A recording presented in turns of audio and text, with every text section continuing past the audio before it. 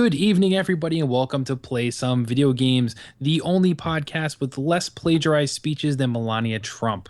As I, your host, Kevin, with us this week, we have Donnie and Nathan. Is that So, true? Donnie, what? Because last week, when you introduced me, that may have been, No, I don't know what you're talking about. Kind of? No, Okay. that was right from the heart. Okay. Are you saying your words weren't from the heart? No, my words definitely were. I don't know about you. One of you is lying. Maybe, or maybe we're just political. House of Cards season 5. So anyway, Donnie, what have you been up to? Let's kick it off to you first. Well, it's a bit of foreshadowing here, guys.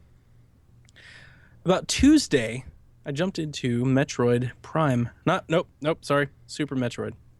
Super Metroid. I was playing on 3DS Virtual Console. I bought it however many months ago it came out, and for some odd reason, I decided to get back into it. It's one of those games that I want to finish. I said it on the previous podcast. I've played that game a bunch, and I've never finished it. I watched it get finished when I was about, 6 or 7. I watched my cousin, who was about 15 at the time, beat the game. So I saw the ending and all that. But I never beat it myself, and it's like one of those games that I think every gamer should beat. So I set out, and I was really enjoying it on the 3DS. The pixel perfect mode was looking mighty sharp. I think I got halfway through, and then Nintendo dropped a bomb yesterday when they announced the Metroid Prime Blast Ball is out. Nathan, do you know anything about this game? All I know is that it's been blowing up my Google Chat Hangout. Oh, I've been blowing up your inbox with this game because, man, I am smitten. I really like Metroid Prime Blast Ball, and I can tell you all the reasons why I like it, but I can't really put into words how much I like it. Like, this game has taken over my gaming this week. I kind of put everything to the side. I played it. It dropped yesterday right about at my lunch break, about 11 o'clock. I played it through my lunch break. I brought it home. I put it on all the kids' 3DSs. We played online matches. We played together. We played against each other. We played all night last night. I played it this morning when I woke up. I played it at lunch. I played it when I came home. I've got about 20 matches in, and I really, really like it. Are there any questions I can answer? I wrote a little impressions article for the site if anybody wants to check it. But while we're on the podcast here, did anybody have any questions about it at all? Nathan, do you even care? Can I play it on anything other than a Nintendo 3DS? You cannot. You need Okay. to play it on the Nintendo No further 3DS. questions, Your Honor. Yeah, there you go. Nathan, so Metroid Prime Federation Force came out 2 years ago at E3, and everybody hated it because it had the Metroid Prime label on it, and it didn't have Samus, and nobody really enjoyed it. And I understand if they just farmed the name Zelda out to everything, I'd probably feel the same way, but I don't feel that way with Metroid. I don't have like that classic love to the series, so it didn't really bother me. I will say this, just try to keep it short. What I was really hoping from Federation Force was to give me a really good shooter on the 3DS. The 3DS has a lot of good games on it, but it lacks games in two departments. Is it first person? Yes. Oh. And just playing Blast Ball, I can't wait. I'm actually more excited to play the game now because, Nathan, if I could explain it to you best, it feels like Halo 1. Like, it really looks and feels like Halo 1. So how does I feel that like work? I'm walking around with Halo in my pocket. It's with the 3DS. There's no sticks, right? No. All right, so let me get into that. So the game controls, you've got two triggers, left and right. I have a new 3DS, so I've got actually 4 triggers, but most 3DS have 2 triggers, left and right. You've got your analog stick on the left side, standard customary stuff. You got your 4 buttons on the right side. If you hold the left trigger in Blast Ball, now Blast Ball is a Rocket League type experience where it's a soccer game where you control a mech and you use your Metroid Samus-esque blaster to blast this ball into the soccer goal. So if you click the left trigger at any time, you automatically lock onto the ball. Doesn't matter where you are. You'd be completely facing the separate direction. So it kind of has this Call of Duty feel where you lock and shoot position, lock and shoot position. And then your stick, you can just kind of, you just move it around, and it's kind of like just like GoldenEye, like your reticle is always in the center of the frame. If you hold the right trigger, you can gyro aim, so you can like just get a little bit to the right or a little bit to the left, and that adds a little English to the ball. You don't have to do it, but I will tell you, if you want to be a good player at this game, it's something you'll want to learn. And that's more or less how the game controls. You can hold the button down to power up your Samus charge shot, or you can just tap, tap, tap, tap, tap, tap as fast as you can. The more you hit the ball, the more momentum the ball gains. And the one thing, and I keep hearing the Rocket League, and I understand it. It's a soccer game that's not soccer, and it's really easy to point to Rocket League because Rocket League does it. And I play Rocket League, and they're very similar, but they are different. I will tell you that to call it Rocket League on face value is a little disservice to both games, because Rocket League, you have like this car and the field is it's much bigger. You drive more. Because the field is bigger, I always felt there were times in that game where I felt like I was lost or I was out of the play, where in Metroid Prime Blast Ball, the field is much smaller. So you can get from one side to the other side really quickly. So it's almost like a like air hockey type of experience, like where you can play defense and offense almost from any point on the field. And I do think that makes those games very different. But back to what I was saying before, the 3DS lacks shooters. It's got a lot of great games, but it doesn't have a lot of shooters. And it lacks like sports games. And the DS had a ton of sports games. And good Nintendo systems in the past, like any Nintendo system that sold well, had sports games. Like the Wii had sports games, GameCube, Nintendo 64. For some odd reason, the 3DS, man, it doesn't really have a good catalog. This game hits that itch on both sides. You've got this awesome first-person shooter type experience, and you also have the sport game, and the matches are really tense. If you really get into a good online match where you go into overtime or you get that power up right at the right moment. I should have mentioned you get power ups in this game, Nathan. So the more you shoot the ball, like stuff falls out of the ball. So you can get like this lightning thing that makes you super fast. You can get a shield that like blocks you from damage, and it's kind of like you ever play? Well, I want to ask you, but I feel like you didn't play much on Wii. But do you ever play like Super Mario Strikers, like the soccer game? I did not. Okay, so it's very similar to that. You can get these overpowered power-ups that can really change, the ebb and flow of the game. And I will tell you, one of the downsides to the game is I feel like there's a lot of rubber banding in this game. I've been up 2-0 plenty of times to find myself in overtime tied 2-2. It's got that banding. Mario Kart experience where you're just like, come on, we were totally ahead. There's like a lot of blue shell happenings going on. But I'm really enjoying it. I'm smitten. It's a free demo for those that didn't read the article. The game is a 3DS free demo. It's not a pared down experience. It is the full version of Metroid Prime Blast Ball. It's available until September. That's a month after the game comes out. The game comes out in August. So if you even have any inclination to just try it, go download it for free. You have nothing to lose. Go download it for free and play it. And I'm willing to bet you'll enjoy it. It feels like an experience that I never thought you could have on a portable.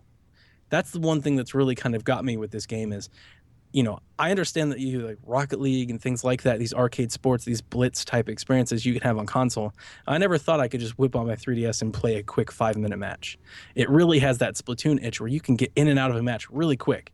Whether you're playing local, it's got local co-op, so if you're like me and you've got kids or family or friends, you can pair up with each other locally and play. If you either download play or if they have their own copies, you can just create a room. You can jump together. You can play solo with bots, and it's really challenging. The bots are really hard. I think I've lost like 70% of my matches against bots. Or you can go online and play online multiplayer. It's 3 versus 3. So 6 players jump into a room and you play against each other. And matches, like I said, like Splatoon, you get in and out of a match in like 5 minutes, 10 minutes if it's really hard. I think the longest match I had yesterday, I was in a drag out that went into overtime and everything. It was about 10 minutes long. And that's a perfect portable experience for me. If you're on the train or you're in a car or you're in a waiting room or something, you're on your lunch break, you pop it open, play a 10-minute match, have a lot of fun, get back to what you're doing. So if I haven't talked long enough, and you can't tell, I really enjoyed the game, and it's really taken over my gaming. I played a couple other games, but I couldn't even tell you about them because that's the game that's fresh in my mind. Fair enough. Then Nathan, what have you been up to, buddy? So believe it or not, I completed a game. I started and completed a game since we last talked. The Walking Dead. When is the last time you can say you've done that, Nathan? Even more interesting than that, I did it all in a day. Wow. There you go, coming back with a bang. I needed to play a game. You have no idea. And you know what? To make it even weirder, I'm just going to look over my shoulder here to make sure the Lord of the Isle is not here. But I feel like I'm Kyle right now because I played a PlayStation 4 game. Say it isn't so. It is so. And, well, actually, it's a PlayStation 4 version of a PlayStation 3 game that I've already played, and that is the first Uncharted. I think it's Drake's Fortune. Oh. So I played that a long time ago on PS3, but, I had mentioned this in the chat after I got done. I was like, man, I only really remembered 10% of what happened in this game. And it was a good game. I mean, it definitely looks like they put a lot of time and effort into updating the graphics a little bit because the cutscenes especially were a lot better than I remember them being, and even just the game itself looked pretty good for being, how old was that? Almost 10 years? Mm-hmm. But yeah, so I went through and played that, and it just enjoyed myself. I started the second one, and I got maybe 30% through the second one after that, but since then I haven't had time to play any games, but I was super stoked that I got to sit down and within the period of a day, well, it was past midnight after I beat the game, but I was able to complete Uncharted, and I gotta say, it was just great to be able to play that. That's pretty awesome, Nathan. I played that collection, and I didn't play it in a day long session, but I think the first Uncharted took me like 2 weeks to beat, maybe in 8 or 7, 9 sessions, something like that. Yeah, and is it because with you, were you just not drawn to the story, or was it time constraints, or what was it? Probably a mix of both. I played that game out of feeling like I needed to. And to be honest, I got the collection because I loved The Last of Us and was like, well, everybody talks about these, so I need to play them. And I did not like the first one. I did a review for the Drake's collection on the site, if anybody wants to read them, and I didn't like the first one at all. And I felt like I had to force my way through that one. Whereas 2 was like, all right, now I get it. And 3, I was like, this is good. And 4, I was like, now we're here. But the first one really, I didn't like it. And Well, not to say it's like terrible game or anything. Like, it's a fine game. It's just, it's 2016, not 2008. Like, games have come a long way in 10 years. You're right. I mean, that's part of the journey and part of the history, right? That you Sure, exactly can why kinda I wanted to undergo play that them. journey. So, in addition to that, I've also played a little bit, not much, just a little bit of The Division on my Xbox One. So I did get some Xbox One time in, just not a whole lot. And I do want to say, though, the reason that I started playing Uncharted was because I hung my TV on the wall and I ran some wires to the wall and I got that all set up and done. And I was just like, you know what, I just want to test this to make sure everything works properly. So I hooked up the PlayStation 4 and I didn't intend to sit down and really play much of anything. But then I just started playing Uncharted, and then after I knew it, I beat it. So, if on a complete whim, I just started and completed the first Uncharted. So, good game, guys. Good game. But yeah, so I also played a little bit of The Division because there's been a lot of releases since I last checked in, and I gotta say that I felt like I was out of my element for sure in that game. I was playing against the computer characters. I didn't even go into the dark zone or anything, but I was just getting torn up a little bit by some of the missions I was doing because they had new missions that you could go run. And I was running some of those and I died a couple times. I was like, man, I'm just being cocky, I guess. So I had to step it back a little bit. Mo actually came and joined me a little bit later on. We were running through a little bit, but then I was getting tired and I think I fell asleep while we were playing, and I'm pretty sure I woke up snoring, and I apologized to Mo, and then he said he was actually pretty impressed by my dedication. So, anyway, I digress. But, so I've played PlayStation 4, and I've played my Xbox One, but after this weekend, my Xbox One that I currently own will be going into another person's home. That's Poor just K. So I will actually be selling my Xbox One effective Monday. What? Could it be because August 2nd is coming? Yes, it is.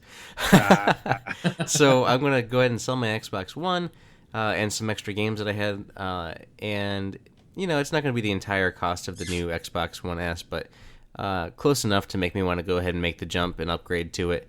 Plus, I get to help out a buddy so he can buy an Xbox One and get some good games going on. So, looking forward to playing with him and checking out the new Xbox One S. Maybe I'll do some sort of unboxing video or something on it. I think Mo's going to get one too, but I don't have a 4K TV to really kind of go through the ringer on all the displays and how it looks in 4K or anything with the video playback or the HDR on Gears or Forza just yet.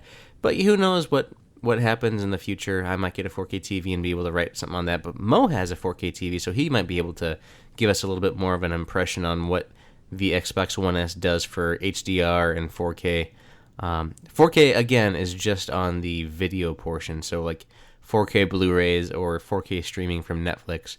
But it does have HDR on some games, like Forza Horizon 3 and Gears, just to name two of them. And a possible way to encourage you to do an unboxing, is there any chance that your friend will let you compare the two systems side by side? Because I've got that sweet white console that I got from that, I can't remember the name of the game. What's the name of that game, Nathan? Quantum Break? Quantum Break. Games Break. There you go. Quantum Break. I kind of like it. It looks really pretty. Like, I have really no need to upgrade just for aesthetic reasons. Right, and I've always kind of wanted the white console anyway. And so the white console now being the S, like the slim, sexy version, I was really, smitten with it a little bit. As far as doing a side-by-side comparison, I don't think that'll work because he lives a ways away from me. And he's going to have it all set up and playing stuff before I actually get my Xbox One S because I'll be traveling next week and just won't have any time to game anyway. So it just makes sense to go ahead and let him have it now instead of wait another week.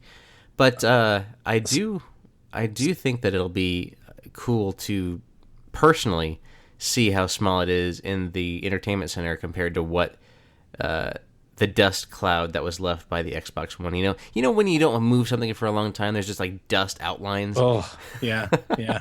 I bought a TV this week as well, so I ran into all that where I had to rewire and redo everything. So yeah, I was gonna say, spitballing here. Maybe you could do like, here's what the old one looked like. Here's what the new one looked like. Here's what the old one looked like next to an Apple.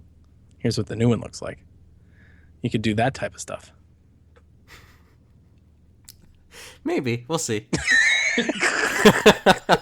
How much time do you think I have, Donnie? How many apples do I own? Here's what it looks like next to a Statue of Liberty. You could just do it all kind. You could carry it around when you're playing Pokemon Go. You'd be like, here's what it looks like next to this place. You just do it all like everywhere. It'd be Nathan his traveling Xbox. I mean, it's sad. You're getting rid of your Xbox One. Your launch Xbox One. That thing's gonna be a collector's item by the time it's all done. Yeah. But you know what? I've had it for over 3 years. Yeah, it's been 3 years now. Isn't that long? Yeah, I think it was 2013 when it was released. So just about 3 years, and it's still fine. I mean, still runs great. But now I just there's the new model, and I'm ready. The end of an era. Nathan's trading up. She got too old. Too old and too big. Time to go for a younger, slimmer model. That's right. Other than that, as far as other things that have been cool, not gaming related, I went and saw Star Trek Beyond, and we'll be recording an episode of That's Entertaining at some point in the near future, hopefully. And then you'll be able to hear my thoughts on that. But in short, I liked it. It was better than I anticipated it to be. Very cool. Well, for me, since the last episode, I actually went to the movies too, which is a rarity for myself. And my two older daughters wanted to see Ghostbusters, so we took them to see Ghostbusters. Did they answer the call? They did, in fact, answer the call numerous times. Spoilers, Thor, however, did not answer the call. I've heard a lot of people say that they liked his character in this movie. I hated it. Thor is in Ghostbusters? Yes, he is their secretary, kind of, sort of. But he is very, very dumb. Like the actor that plays Thor, or a character Thor? No, it's Thor. Okay, it's really... I'm like, you guys remember, I'm not really into this. I'm like, wait a minute. Why is Thor in Ghostbusters? All right, Chris Hemsworth, who plays Thor, thank you, is in Ghostbusters. Who also played George Kirk, James G. Kirk's father, in the 2009 Star Trek movie. Oh, that's right. I forgot about that. Nice. That's true. He was better in that than he was in this. I'm not going to spoil anything in case anybody wants to see it. I had pretty low expectations going into this one because I am a fan of the original Ghostbusters. But I went in with an open mind. I just wasn't expecting much out of it. And honestly, I enjoyed it. It has, a couple plot holes, but honestly, every movie does nowadays. So it's not, there's very rarely do we see a perfect movie. I thought the girls did a good job. Chris Hemsworth character, I mean, he was meant to play a dumb character.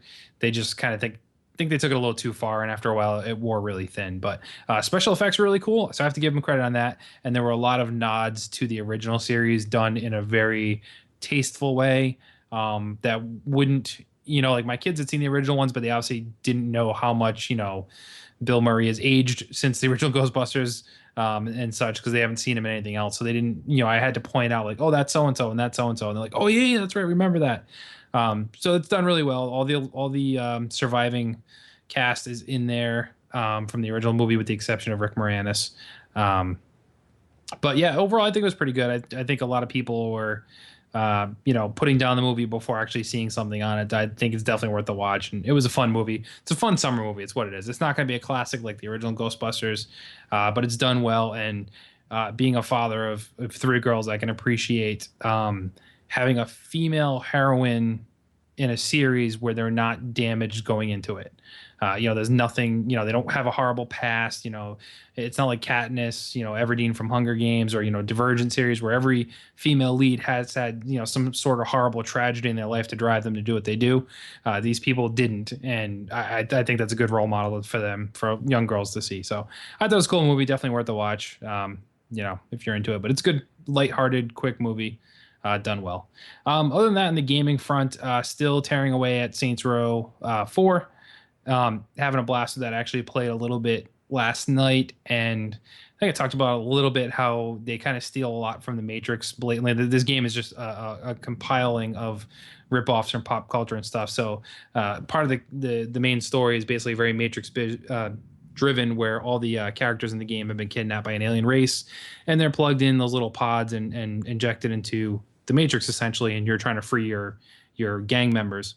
Well, one of the guys, basically what happens is the alien race enslave the people and put them in a virtual representation of what hell would be like to them. So every character you go rescue has a different type of gameplay format, visual style, and everything. One of the characters I rescued last night actually transformed the game into a 2D beat 'em up like Streets of Rage side scroller, which was a lot of freaking fun to have for like the 20 minutes to get to that part. So once again, Saints Row just continues to kill it for me with the very tongue in cheek and making fun of everything else. So I'm having fun with that.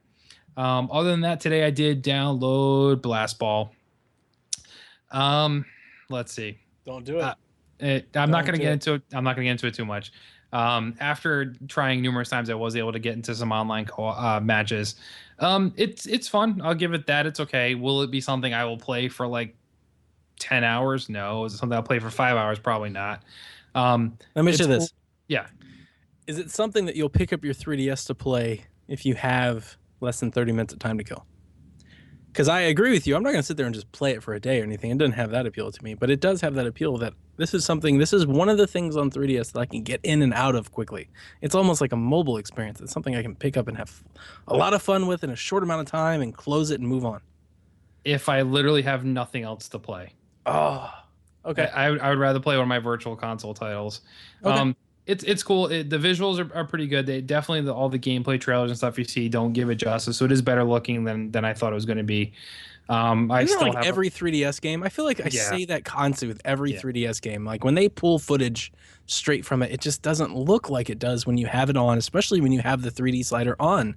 Yeah. It looks. I mean, I think it looks really good. I like the honeycomb thing that they got going on. Yeah, I mean they did a lot through Metroid Prime too. Yeah. I still have a gripe with them using the name because nothing on this says Metroid at all.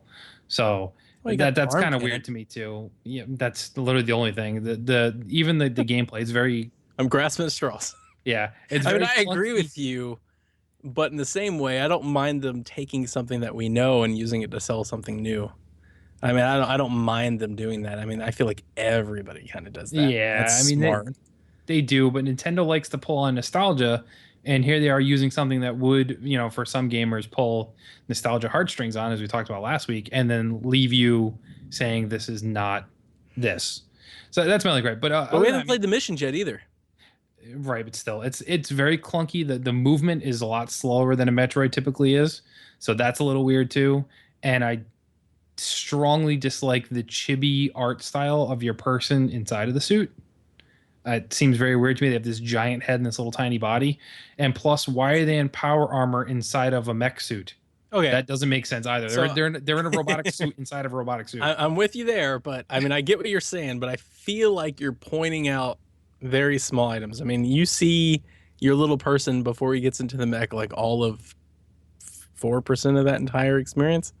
Like that's a very you can skip it altogether, to be honest with you. Yeah, but you also you can also get ejected out of your suit and you got to run back into your mech suit. That's true, and I get the little I'm totally with you with the suit. I actually never thought about it until you brought it up. It is kind of stupid that you're like in a suit with a helmet and then you get into a mech with a helmet.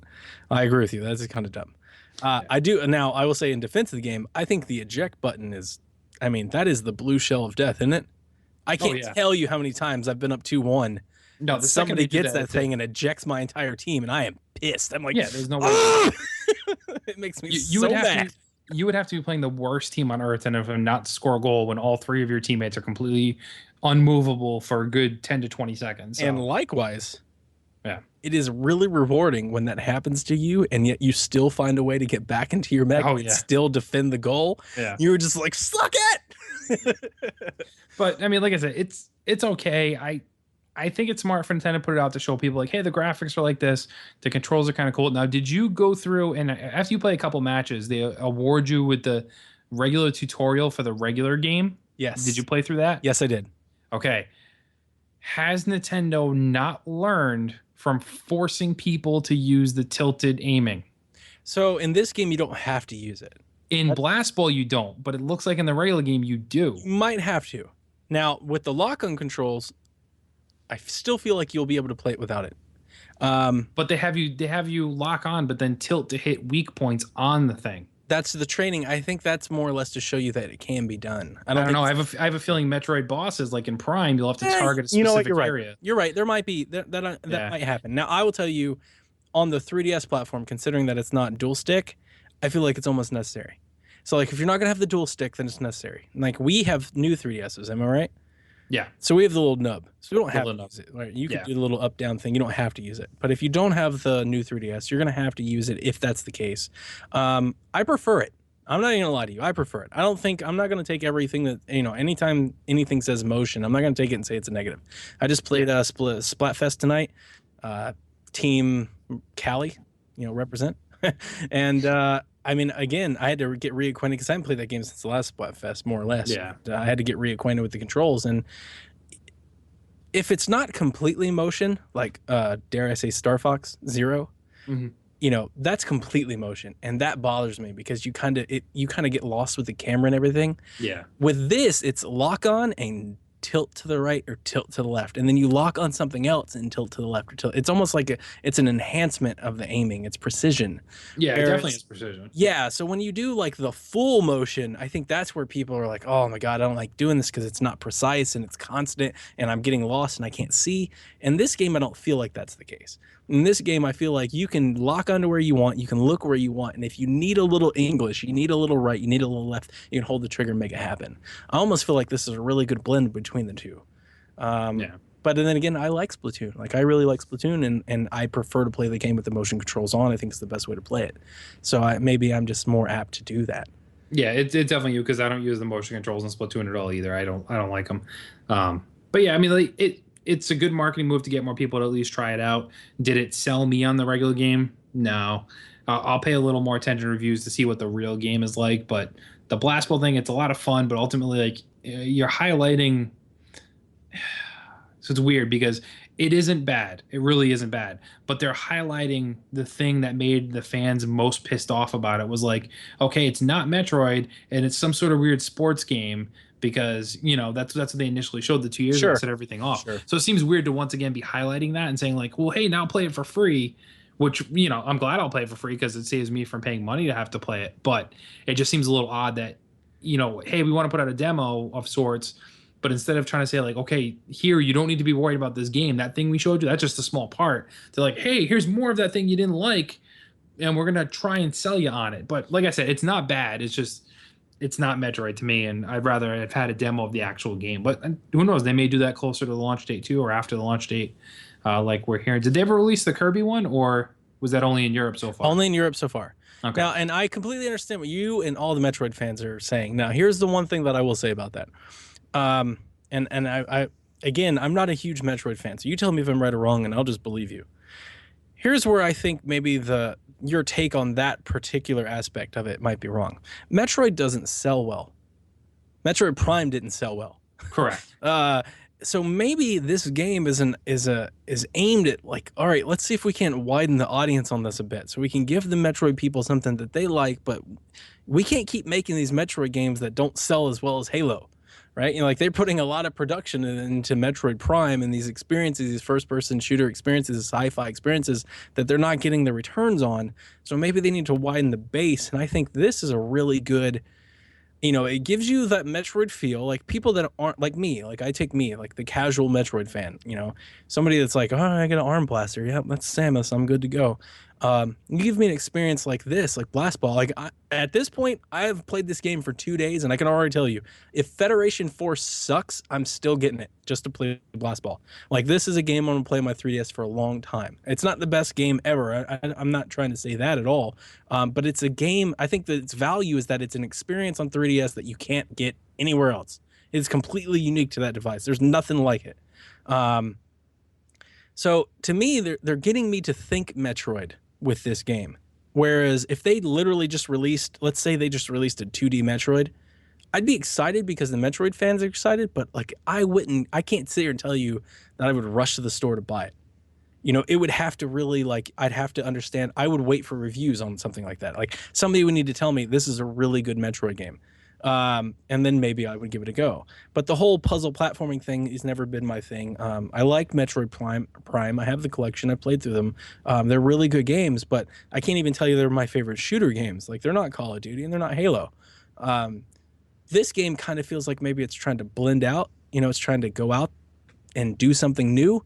And it's just kind of using the name to get people to give it a chance. And I can't fault them for that. I really can't.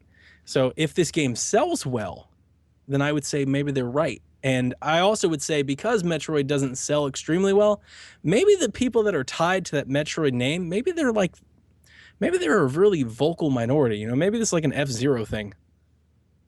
That's true. So here's my one devil's advocate note, though. So Nintendo, we all know, does nostalgia really well.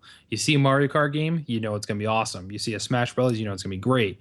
You see a Zelda, great. So you would think using the name, it would be that experience, because recently they've had successes with new IPs, Splatoon, where like, hey, this is something completely new. We can still sell you on it. What was the other example I had in my head? Yokai Watch, you know, things like that, where it's like, these are new things we're introducing in, and we didn't need to use a new name to sell this experience, and it's still selling well too. So that's kind of my thing too. Like, you're 100% right. It's using the name to try and loop people in. But for me, with Nintendo, who is historically good with their franchises, to do that, it just seems a little out of place. Everybody else does it, and I agree 100%. Like, it's definitely a good marketing ploy. It's just Nintendo typically doesn't do that. There's that game on 3DS, like Little Battlers X or something like that, Little Robot Battlers or something like that. If they had taken that approach with this game, I guarantee it wouldn't have any hype at all.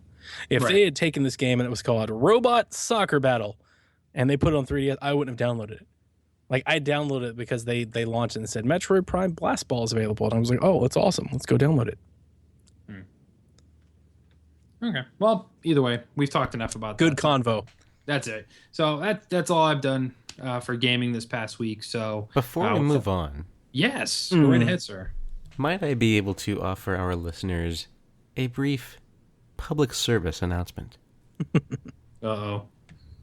Dear listener, you're a gamer.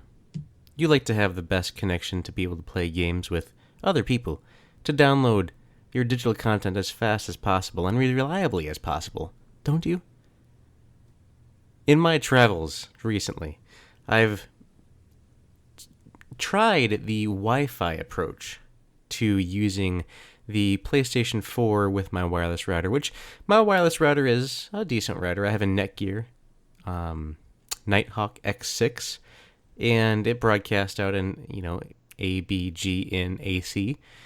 So I hooked that up, and in my entertainment center, which there is some impedance in between the two, but it's no more than 50, 60 feet away, but there's a level, my router's in the basement, and my entertainment center is just above it. And on the best day, if your PlayStation 4 is hooked up line of sight within 10 feet of a wireless router, you can get up to 300 megabits connection, depending on your internet speed and all the interference that could be around there. So on the best day, because it would use the wireless in standard that it has inside the PlayStation 4. But inside the PlayStation 4, there's also a gigabit Ethernet port. Now, a gigabit Ethernet port, if you can wire an Ethernet cable, Cat6, or actually Cat5e, Cat6, or Cat7, you will get up to gigabit transfer rates from your PlayStation 4 to your router.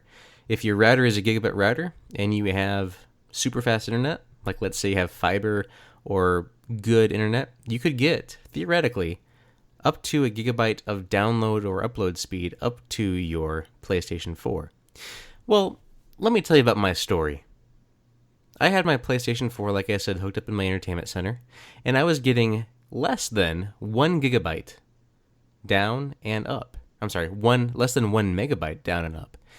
I ran an Ethernet cable through the basement, hooked it up into my PlayStation 4 into the router, and I was immediately getting, I think it was close to 300 megabits down and 80 megabits up. And I tested it again later on, and I was getting over 500 megabits down, and then I was like close to 200 megabits up. So, my public service announcement for the day, for the week, for the year, maybe, is wire your consoles. This week's episode of Play Some Video Games is brought to you by Netgear Nighthawk routers. Is that their jingle? It is now. That's the more you know. Yes. Don't you remember that? Do, do, do, do. Donnie doesn't get any references. Try it again. The shooting star with the rainbow behind it. No, I got it. I just wanted to hear him do it again. Evan, Jesus, get with it. Not gonna do it. Enough shenanigans. It's time to crack open the mailbag and have a listen to our messages. Message for you, son. So this week, Josh Stapleton writes in, and he wants to know what's the oldest game in our current backlog that we still fully intend on playing. Nathan, let's throw it to you first. So, probably gonna have to go with the original Fable. I've never played the original Fable. Wow. Because this is Anniversary edition. Yeah, the anniversary edition I have on the Xbox 360. But I've never played any of the original Fable game on the original Xbox either. I played Fable 2 and Fable 3 and loved both of them, but I'd never really checked it out on the original Xbox for some reason. So I have the original Fable game and fully intend to play it at some point. I hope that it goes backwards compatible because it's a Microsoft-based game. I still have my 360 though, so I mean, I can always play it that way if I want to. But that's definitely on my list as far as, hey, I'm going to definitely play this. And it's probably the oldest game that I have in my fully intend to play pile. And Donnie, how about you? All right, so I have a question. You can't ask a question to a question. I have a question. Does it count if you played it but you didn't finish it? Yeah. Okay. That's what I wanted to make sure, because there's a couple that ring in my mind. The two. It's not a backlog at that point, Donnie. It's a splinter. It's a splinter. The two that really jump at me are Pikmin 3 and Lego City. Wait, I got an older one. Go ahead. The Legend of Zelda. Oh, God, don't play that. You know, because here's the thing. I'm a huge Zelda fan, and it pains me to hear Nathan go, I've always wanted to get into Zelda. I'm going to play The Legend of Zelda. I'm like, don't do that. Please don't do that. Don't start there. Like, get there, build up to there, but please don't start there. It's better starting there than Adventure of Link. Zelda 2. No, because I'm afraid he's gonna start there and be like, I don't know what Donnie's talking about. This game sucks. It's like, please start with Ocarina of Time. Please start with something. Please start with Wind Waker. Please don't start with the original Legend of Zelda. Beat one of those two and then go to the Legend of Zelda. Donnie, would you absolutely sell one of your children for a Zelda collection? No. Remastered, fully redone, fully voice acted with Wind Waker graphics, or not Wind Waker. I could loan you a dog. How about that? I might part with a dog, but not a child. I mean, come on, I'm not crazy, but I mean, I do love Zelda. I mean, that is my game, and Fable's not that far behind, by the way. So I hear you on that. Fable Anniversary Collection is freaking awesome. I played it on PC, and it's really good. If it comes back compat, I'll play it again. Yeah, but the two that come to mind are Pikmin, which I didn't finish. I think I got through the first, 25 days or something like that, and I never got back to it. And I honestly don't have a good reason for you, Kevin. I know you tell me it's an awesome game. I agree with this awesome game. It's beautiful, by the way. That game is gorgeous. But for some odd reason, man, it didn't stick with me. Like, I never had a reason to go back to it, and I want to. And Lego City, which was boring because those load times were terrible. But it was... Oh, God, yeah. Yeah, it was awful. Like, those load times in some moments were literally minutes. And I know a lot of people over-exaggerate load times. I'm not over-exaggerating. There are load times that game 4 minutes long. You're just sitting there what's going on? Did it freeze? I don't understand. And then it'll load, and 2 minutes worth of gameplay later, it has another load screen. Yeah. But, those load times aside, the dialogue in the game's hilarious. Oh, yeah, very funny. And all of the movie references and everything are really good. I think Nathan would like the game, actually. That game is really funny. So I want to go back to that one. And before I let you go, I also want to go back to Bayonetta.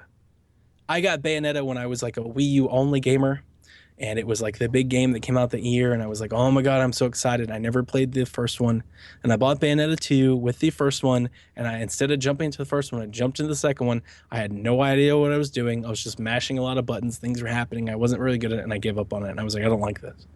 And all the reviews and everything that I've read and everything it's a great game. And I feel like I did myself a disservice by not jumping into the first one and not really diving into the experience like I did with Xenoblade and like I did with Tokyo Mirage Sessions. I didn't really get into, everything this game had to offer. And I want to go back to Bayonetta and go, all right, Bayonetta, let me understand what you're trying to do and what you want from me, and now let me experience it. And maybe that experience will be different. But those three are the ones that really kind of dig at me. I don't know if you caught that, Nathan, but Donnie said he's letting us go. Okay, it's been a good show, everybody. Yeah, it was a good run, everybody. So tune in next week for your new host. Nah, just kidding. So ironically enough, Lego City, I also have not beaten, but I don't intend on going back simply because it just takes too long. The load times are just so bad. But I did have fun with what I did play. I probably made it about halfway through the game, I think. Let's see. I'm gonna go and say currently the one I have the oldest one I have would be Bully. From PS2 that's I bought on my PS3 with the semi-remastered, upscaled edition. I'll be getting to that soon. That actually might be the next thing I play, to be honest. So that one's rather old. You need to play Witcher. I did play Witcher. You didn't even give it a chance. I had rented it. I didn't say I didn't like it. I just didn't have it to play it. Make me sad. And also, I think Bully's a little bit older than The Witcher, so I wouldn't Don't be such a bully, Kevin. And then if you want to go retro games, since Nathan did that, he threw in like a semi-current game and then went really old school.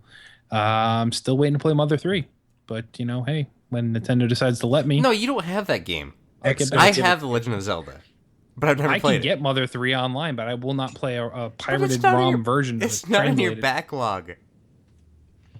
It's been on my backlog since Japan got it on Game Boy. He's like, it's been on my backlog since 1994, Nathan. Harkening back to our early episodes, let's define something. What is a backlog?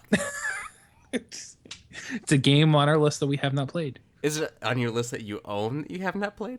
Oh, yeah, I guess technically I don't own it because nobody can own it legally in the U.S. Japan, yeah. So choose another 8-bit era game, please. I've beaten them all. Excite Bike. I never. And that would be 16-bit anyway. Mother 3. Ooh, dropping some knowledge. That'd be 16-bit, Nathan. Yeah. You know what? Noob. Bits. Any sort of bits. bits. You didn't even play Zelda, bro. I'm just kidding. How I many know. bits are we on now? Like, We're in what's today's bits? terafloppies. I want to know what Uncharted is in bits. Can someone get on that? Can someone message us, email us? Tell me what Uncharted 4 is in bits. How many know, bits and peas? sounds How like many a dinner. bits are in a pea? You're Like, what's the conversion excuse me, waiter. from bit to pea? How many bits are in this dish? Can I get some peas with that, please? Thank you. Oh, we're just wacky today. Gamers are finicky. What a finicky group of people. Well, yeah, because they ask how many bits there are in I'm sitting Uncharted here 4. like, now that you said the word bits, I'm sort of thinking about all the articles I read in like Nintendo Power and like really early like Game Informer was like, this game is 32 bits, and Remember now when the we're Game like, Boy it's Advance got came out? 4 teraflops. I'm like, what does any of this mean? In the Game Boy Advance, they were all psyched because, oh man, it can do 32 bits now on the Game Boy. Game I Boy feel like Advance. we just Game Boy make Advance, up that's what I said. things. We just make up things. 4 years from now to be this game's got 49 Kevin Austins in it. I'm like, what? What does this even mean? Just it's better. Okay. X gonna Metroid. give it to you. Would it be a Metroid Prime game? Metroid Prime with 49 Kevin Austins. Anyway. So yeah, that's it for our questions this week. So sorry, Josh, but we did give you some answers there. So I'll just go with Bully for me. So I have a question for you. Ooh, for me or for Josh Stapleton? You know what, Josh? This is for you too. So I'd like to hear what you think. So my question is, because we haven't seen a ton recently, but there was just a release that made me kind of think of it. With games that are released based on movies. Those movie tie-ins that kind of try to grab on the cash of the market share that the film generates. Lego. That I don't really count that as being a movie tie-in game, because what I'm talking about is like Spider-Man. They had the Spider-Man games for every movie. They had a Batman Begins game for Batman. They had just recently the Ghostbusters game that came out with Ghostbusters releasing in theaters. So as far as movie tie-in games, what is your favorite, and what is your least favorite or most loathed movie tie-in game? So Josh, I would love to hear what you think. Tag me at Sith Nightmare in your reply on Twitter to @_PSVG. I would love to hear what you say. But immediately, Kevin, what do you say? All right. So does it have to be directly tied to the movie, or can it be a game based on a movie franchise? No, I would say it'd be tied in directly to the movie, because those games that come out are typically in some way, if it's just title only, tied into the franchise. The movie tie-in games, you know what I mean? They have to kind of more or less be, because you could say Arkham as being your favorite, and that's not really tied into a movie or anything Sure. like that. You know what I mean? Yeah. The first thing that popped in my head initially was the Ghostbusters game, not the one that just came up, but the one previously. And that one was, so that was kind of hearkened as the storyline of Ghostbusters 3. I could kind of see that, but it wasn't really a tie-in.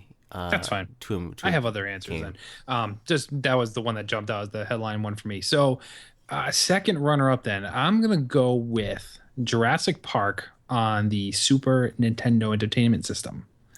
That one was a little bit wacky, but I had a lot of fun with it, where it was half the game was done in like first person shooter almost, like as a you Doom went through clone the or buildings. something? Yeah, exactly. It was very much like that. You went through the buildings and you had like your flashlight, and raptors would pop up and you had to shoot them with your tranq darts and stuff like that.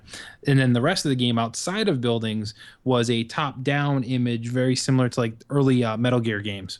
So it looked a lot like that. So I had a lot of fun with that. The story was very loose on the movie. I think they came out the same time as the movie, but they didn't want to give away too much of the movie in the game, so they didn't have a ton of like the fine details. But you still had like Nedry getting shot by the Dilophosaurus with the venom, the tar stuff on his eyes. They had like little cutscenes with stuff like that in it, so it was loosely based on it, but it followed same time as the movie released, and I had a lot of fun with that one. As far as the worst one, now, I don't think it gets any worse than this one, so I'm glad I'm going first. And that was going to be E.T. on the Atari, which I did own and I did play. And as a kid, I remember, I saw E.T. first, and then I played the Atari game afterwards. And I was trying to figure out what was going on, because it didn't make any sense based on E.T. as I knew him, other than that it looked like him vaguely, but then the rest of the gameplay didn't make any sense at all. So those are mine. Donnie. There are a couple that came to mind. I don't even know if they fit. So you guys are more apt in this. You can tell me. What about GoldenEye? Yep, that fits. I mean, that game is great. So, like, honestly, that game is one of my favorite shooters of all time. So it goes right to the top of the list of movie tie-ins. Probably more respectably, the first game that hit me was the old Lion King platformer. Oh yeah, and Like on the SNES and the Genesis, right? Yep. Yeah, it was a good game. I don't know if it was a good game, but I remember playing as a kid and liking it. I was like, this is a good game. So, I haven't played it since, but I'll continue to believe it's a good game. It's the one that's bad that I'm having a hard time thinking about, to be honest with you. Honestly, to jump back on that GoldenEye bandwagon, the one that came after that, the one that came after GoldenEye was still on. It was on PlayStation. Tomorrow 1. Never Dies. Yeah, that game was not good. Mm-mm. That game sucked. And then they did The World Is Not Enough as well, and that was even worse. The other game that comes to mind, I believe they did like a NBA Jam knockoff with Space Jam, and I think that game was also really bad. And I'm digging deep here, guys. Like I'm pulling memories that I haven't pulled in a long time. So my RAM is kicking this in. But I was a huge NBA Jam fan. I'm a huge NBA fan. Period. So if there was a basketball game, I played it, and I'm recalling throwing dunks down with MJ and Bugs Bunny and going, "This is not good." And it's not that it wasn't bad. I'm pretty sure it was like built off the Space Jam engine. But if I remember correctly, I think the thing that was bad about it was like 5-on-5 Space Jam. And if any of you have played Space Jam, that's a terrible idea, right? Space Jam is 2-on-2. You can't fly around the court. There's 5 people. And I think that was the problem with it. It was like 5-on-5 full court Space Jam, that's just a terrible idea. So I'm going to go with those. Those are my immediate answers. Cool. So you stole my favorite one, GoldenEye. So in an effort to not copy your answer, I'm going to have to say Spider-Man 2. That's probably my favorite movie tie-in. And yeah, it was not completely based off of the storylines of the movie, but there were some beats that they shared. So Spider-Man 2 is I would say my second favorite next to GoldenEye. And my least favorite, this hadn't popped into my mind until we just started talking about those other Bond games, but man, Tomorrow Never Dies was such a letdown. And The World Is Not Enough was terrible. And it was The World Is Not Enough was the last one until they did Casino Royale later on. Yeah, they took a long break after that one. Mm-hmm. So, I mean, that was pretty terrible. And then there was one that was released for... some people like this game a lot, and I absolutely hate it. I'm a huge Star Wars fan. Huge, right? You know that. Super Star Wars. Yeah. Super Star Wars. I hate that game. Is that game that came to PS4? Yes. Okay. I'm glad I didn't buy it. I mean, I have it on my PlayStation 4. I mean, I'm a Star Wars fan. Why do you have it if you hate it? Because I hate it. Because I was like, I have to be wrong. I mean, I have to be wrong about this game. I get to maybe the 3rd level and I just cannot get past it. It's just super hard. Yeah, it was. It's just impossible. Wait. Nathan, you hated this game before you bought it? And you bought it anyway? I had to make sure. Well, to be fair, it came with my PlayStation 4 because I got the Star Wars one and had that bundle of games with it. Oh, okay, that makes better sense now. I'm sort of thinking of Nathan going, I hate this game, and I'm going to buy it anyway. I'm going to buy you just to spite you. We'll give it another chance. But I mean, I loaded it up and I was like, maybe this game wasn't quite as bad. I was like, oh, no, I don't like this game at all. Because you start out, you're just Luke jumping around over stuff, and it's terrible. It's a terrible game. I hate it so much. So Did bad. either of you play Enter the Matrix? I played Into the Matrix, and I also played Path of the Neo. I get them confused a little bit, but Path of the Neo was actually pretty good. See, that's one I didn't play, I don't think. What about that Superman game? That wasn't really a tie-in. Was that a movie tie-in? No, it was just its own thing, but that was super bad. That was bad. Yeah. That was give me my money back bad. Mm-hmm. Jesus. Anyway, Good, there we good go. question. Wait a minute. Hang on a second. Hang on. I'm getting a No. flashback here. No. I don't know if this is Dino Crisis. Those are really good Jurassic Park game on like PlayStation, like original PlayStation, like PS1.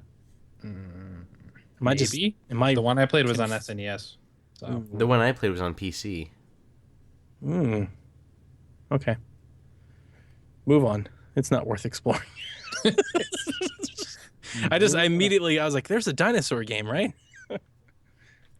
all right. Well, that's the only question we have for this week. So thank you for sending that in, Josh. And we want to remind you all, you can reach us at _PSVG with your questions each and every week, or feel free to email us your questions and or comments to playsomevideogames@gmail.com as well.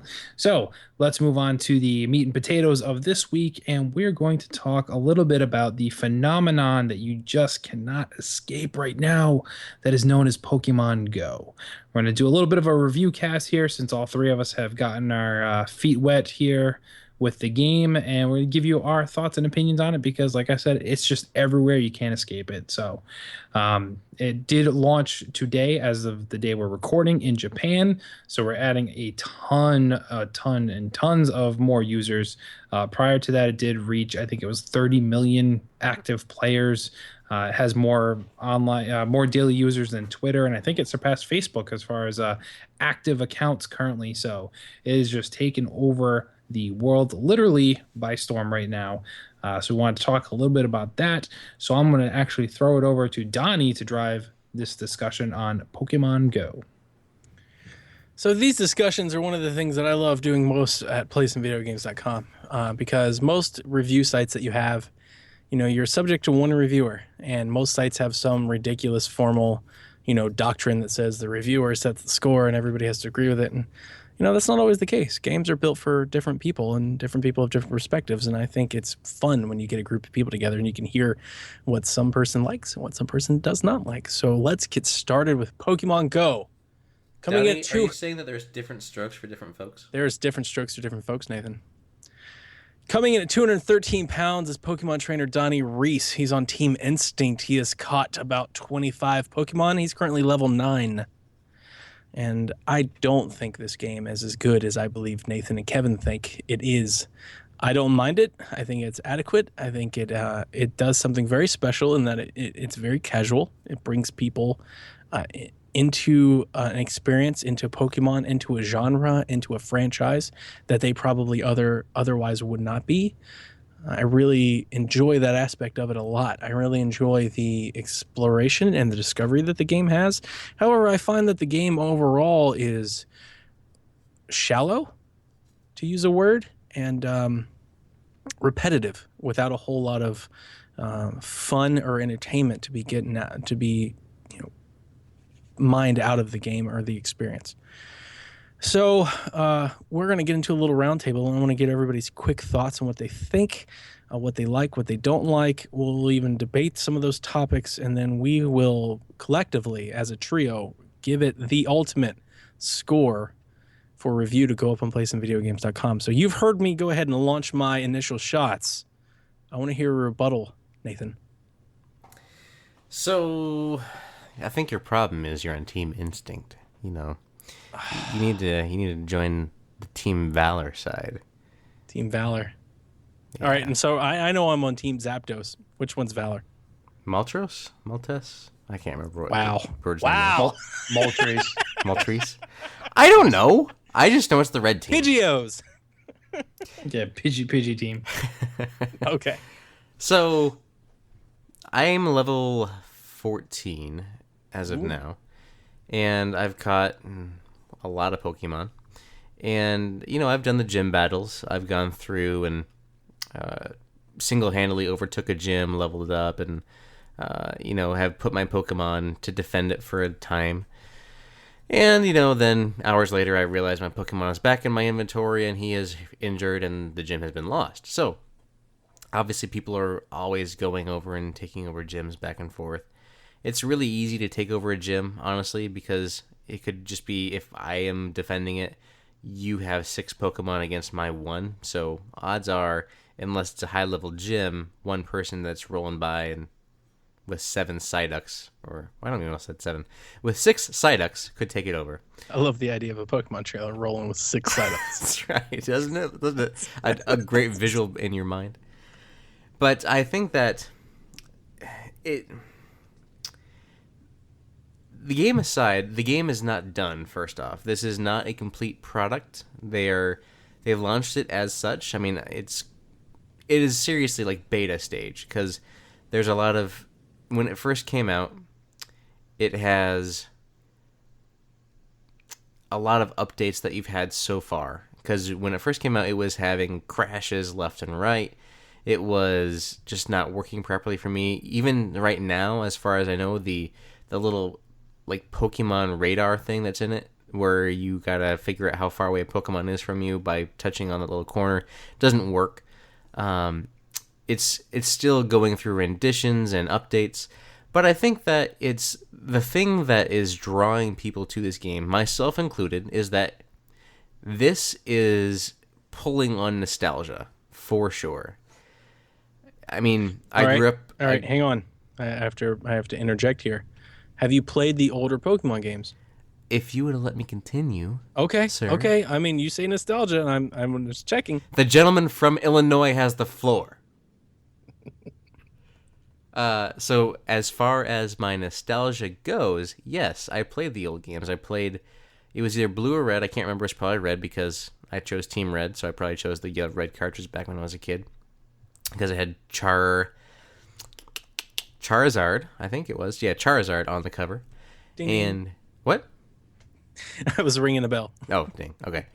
And I think I played a little bit of Yellow because it had Pikachu on it, and I became a fan of Pikachu because of the cartoon. I used to watch the cartoon when I was a kid, too, because, it was Pokemon. And I was like, oh, I'll play this game. Here's a cartoon about it. And so it would just kind of take it into another form, another medium.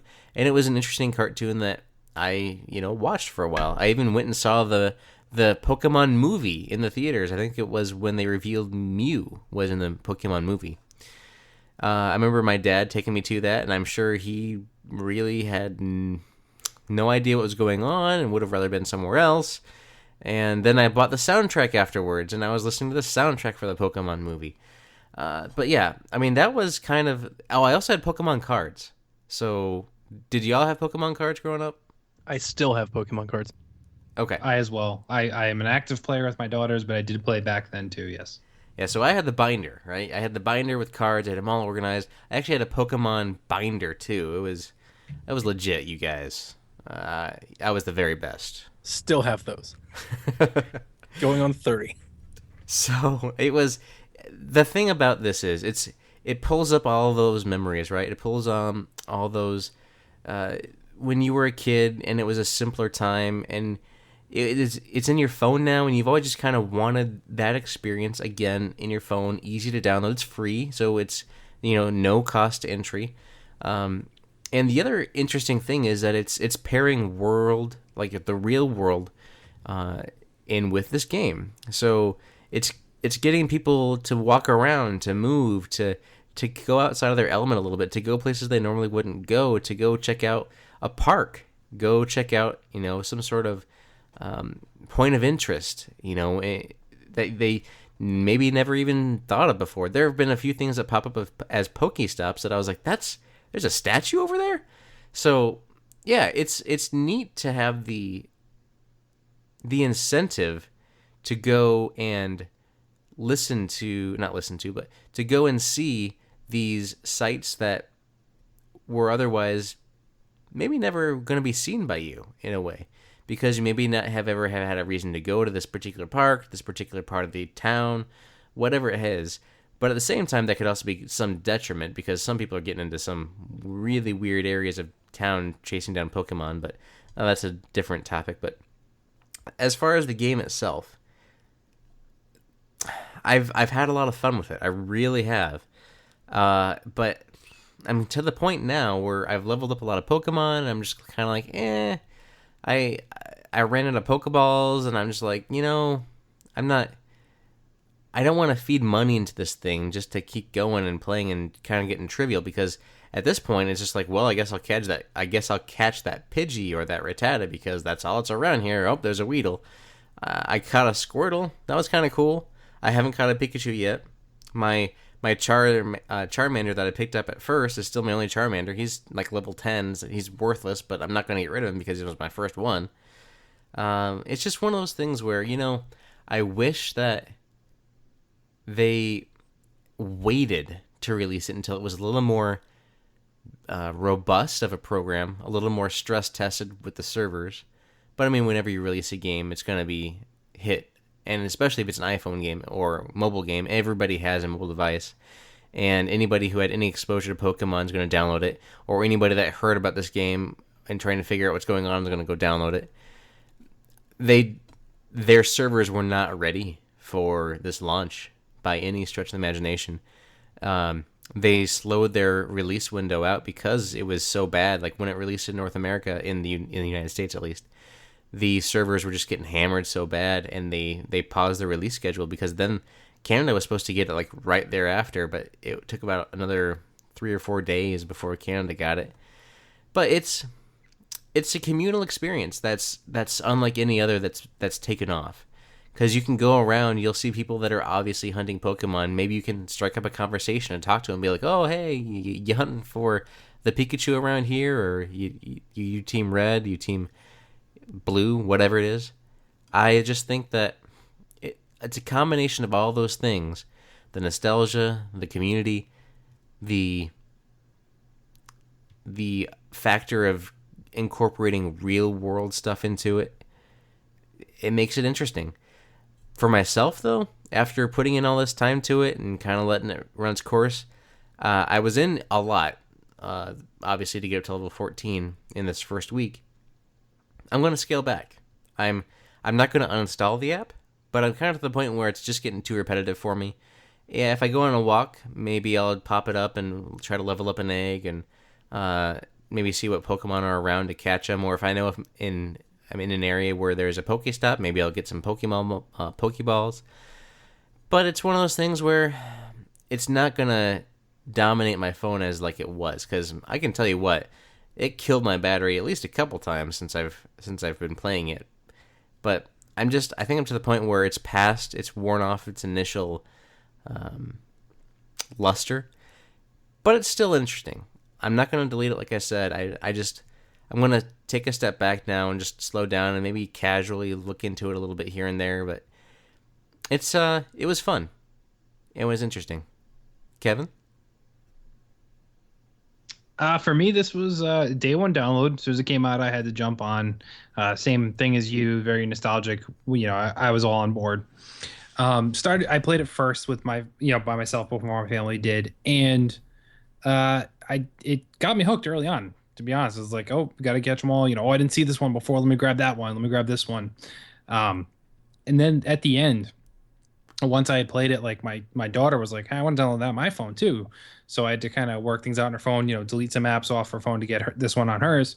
And she's been playing it too. And then my wife jumped on board and she's been playing it too. So we've had a lot of fun. Every time they hop in the car, they'll pull out their phones, and as we're driving by, they'll catch Pokemon. I mean, hell, tonight, me and my wife went to go grab dinner, and just from driving to the restaurant and back for takeout, she caught like 4 Pokemon that I've never even seen in the wild. She'd seen and got on the first try. So things like that keep us going back to it. Currently, I'm a level 11, higher than my wife and my daughter. I think my wife's level 9 right now. My daughter's level 8, I think.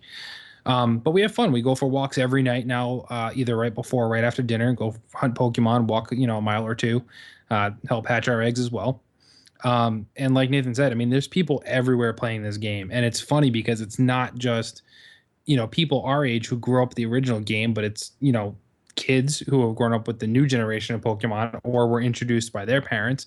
And then, I mean, I've seen people 20 years older than me walking around playing Pokemon Go. So it's quite the phenomenon it's taken to sweep over this. Now, is it a perfect game? Just like you said, Nathan, I don't think it is by far. There's a lot of things that I think they showed us in the initial trailer that haven't come to fruition yet. Player versus player battles, trading, stuff like that. But to me, I almost feel like trading in this game takes away something. I'd rather catch the stuff myself than find somebody who has an abundance of a certain Pokemon in their area.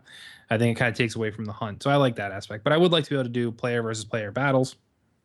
And I'd like to be able to hold on to a gym for more than like 10 minutes too, because right now it's insane.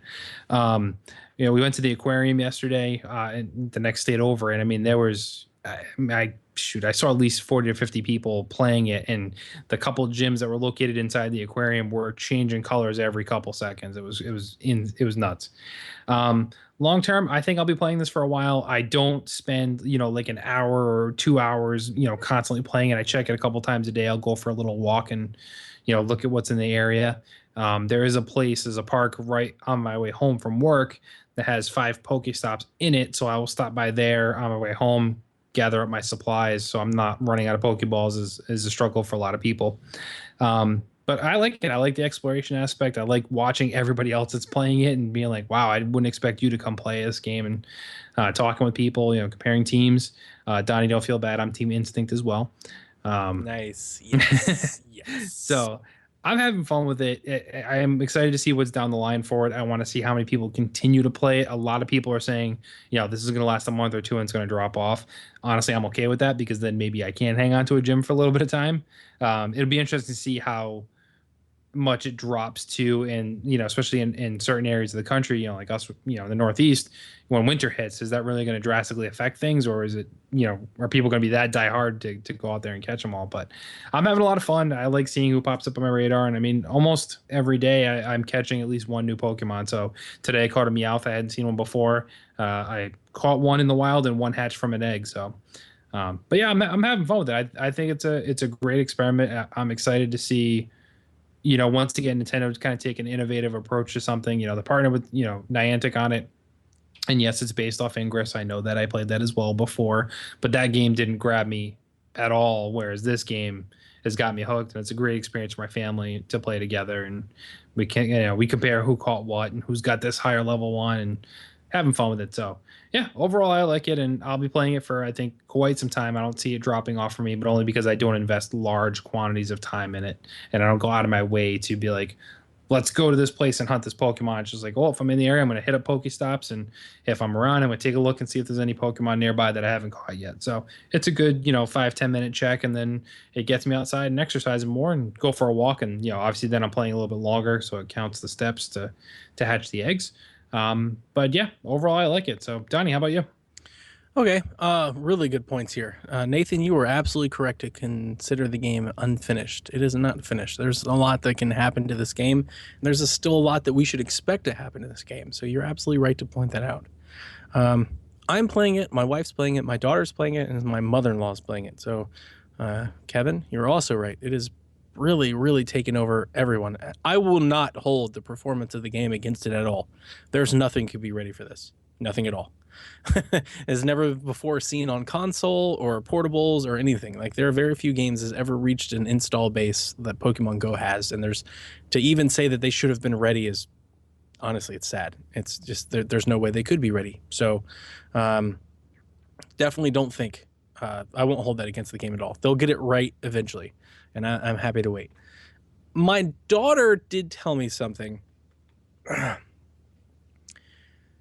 She told me, Dad, it's not a Pokemon game. It's more like an app. She's like, it's more like a Pokemon experience. And that's just literally her words. And I really agree with her. My problem with the game is it doesn't feel so much like a game as it just kind of feels like something to do.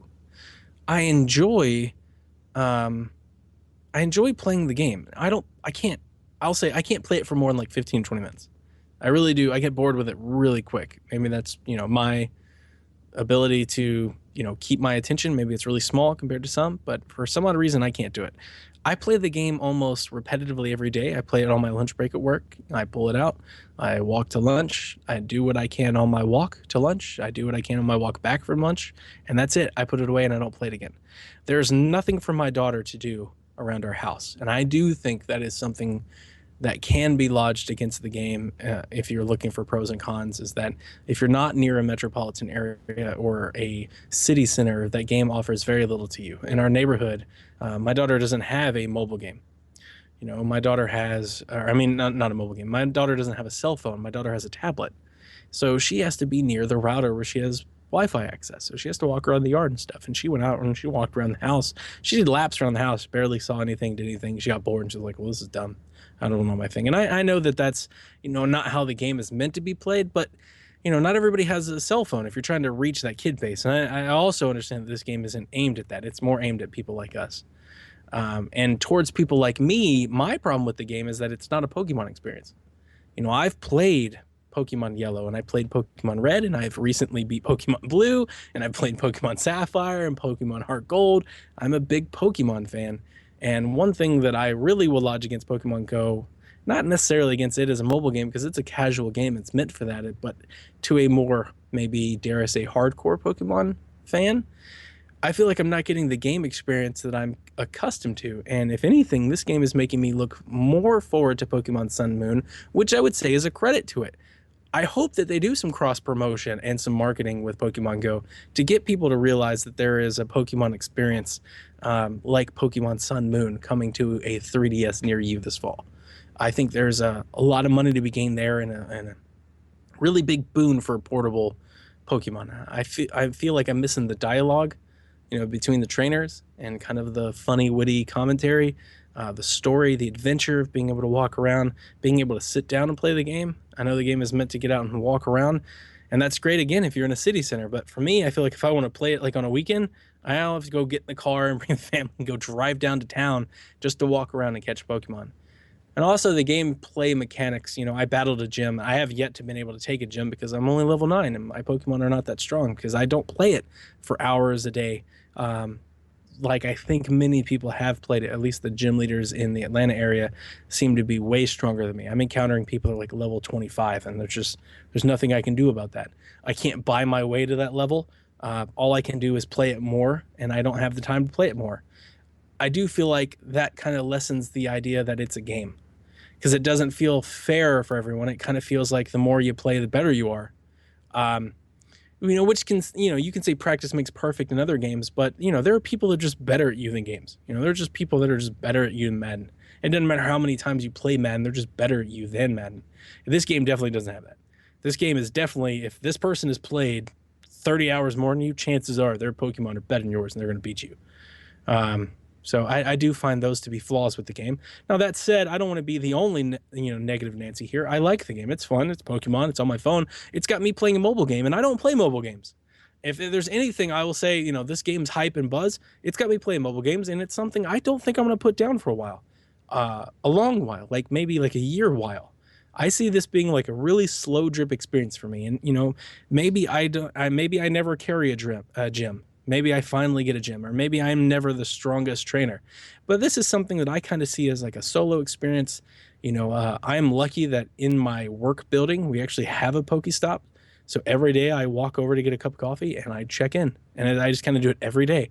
And it's a part of my repetitive, routine, and it's fun and I enjoy it. And that's all that I kind of want out of it. And I'm kind of happy with that. Insert other comments. No, I agree. I'm envious of you having a Pokestop, though. So just so you know, if you didn't know already, you can recheck in those every 5 minutes and get more stuff. So I will say this. I did kind of jump down the rabbit hole. I played more of this game this week than I would say any other week since. And there was a moment in time where we were kind of renting out our office space to a group of people to have a meeting. And I just, the Pokestop is at this little cafe that we have. So there's like a coffee machine and like drink machines and like food and stuff. And I just went in there with a cup of coffee and I just sat there for 30 minutes. And I just checked in the Pokestop like 5 times. One thing before I turn it back over to you, Kevin, one thing that you just kind of jogged my memory of thinking about that experience is the one thing that I really don't like about this game, guys, is I really don't like how I keep encountering the same Pokemon over and over again. I understand that like that's how they use them to level up, but at least for me, it gets really old. You need another Pidgey. I really wish I could level up my Pokemon any other way besides catching more of the same one and turning them in. It's really driving me nuts. That's the one thing about this game that I'm like, this is not Pokemon and I don't like it. And hopefully if they do like PvP battling updates in the future, hopefully you can level up your Pokemon that way. That would make me feel real better. I'd be happy to grind and get my butt kicked by QMO over and over again to grind my Pokemon up in levels, as opposed to me continuing to walk around hoping for that moment that I find, that Cubone that I've only found once in 3 weeks. That's an interesting point. I agree with you. I wish there was another way to upgrade to level up your Pokemon as well. But I think if they do a different route that doesn't involve exploration and going around, then they're losing a core mechanic of their Pokemon experience. I know it's not the same as what we're typically used to, but I think that would kind of take away some of the core aspect of the game if you didn't need to go and catch more Pokemon to level yours up. Maybe you could go and battle Pokemon that are near you. Maybe it's like, maybe I can't go against Mo sitting at my home, but maybe if I go into town, maybe I can stage 15 battles with nearby local trainers and level up that way. It still keeps the exploration going. Yeah. Be interesting to see. So, just an oddball question. What's your favorite Pokemon you've caught so far? Cubone's my favorite Pokemon, and I am happy to have one. So that one's absolutely got to be the best, but he's not nearly the strongest one that I have. All right, so go with your favorite one and then your strongest one. Okay, Cubone's my favorite one. My strongest one is a Haunter. Ooh. I have a CP like 200 Haunter. See, I have not seen either of those in my area. I haven't seen a Cubone at all. There's been Haunters around, but I haven't caught any. Before I go, so I'm waiting for my app to load. Oh, you evolved yours? That's cool. Yeah, I haven't seen any go. Ghastlies. Yeah, my wife and daughter both caught Ghastlies. I have yet to even see one, so they've been luckier than me. Nathan, how about you? So what's your favorite Pokemon you've caught so far, and what's your strongest one you've got so far? Favorite one I caught so far? Well, I got a Magmar. It's kind of cool. That's nice, yeah. I got a Golduck that's kind of neat, and I got a Tauros that's kind of cool. Wow. I heard that Tauros is hard to find. He's actually in my area, so he's not terribly hard for you to find if you're around where I am, I guess. But I've only got one of him, but I got a coworker who's caught like 2 or 3 of them, I guess. Did you know that Tauros is exclusive to North America? I heard that, and there are some other ones that are exclusive to other countries too.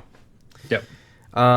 So my highest level one is a CP 806 Hypno.